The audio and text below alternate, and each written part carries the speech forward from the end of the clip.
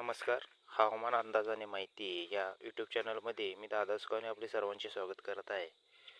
आता येत्या 24 तासामध्ये पावसाची शक्यता वाढलेली दिसून येते. कारण आपल्या राज्यामधून ती वादळाचे वादळयुक्त वारे सक्रिय राहणार आहेत. त्या सक्रियतेमुळे पावसाचा जोर काही भागातून राज्याच्या होणार आहे. तो भाग म्हणजे सांगली जिल्ह्याचा भाग आहे. सोलापूर, सांगली पार्श्वयुक्त वारे आपणाला येताना दिसतात. सांगली, जत, कोल्हापूर, कराड, विटाचा परिसर आणि इकडे सिंधुदुर्ग आणि रत्नागिरीपर्यंत पार्श्वयुक्त वारे सक्रिय असल्यामुळे 24 ते 48 तासामध्ये पाऊस पडण्याची शक्यता आहे.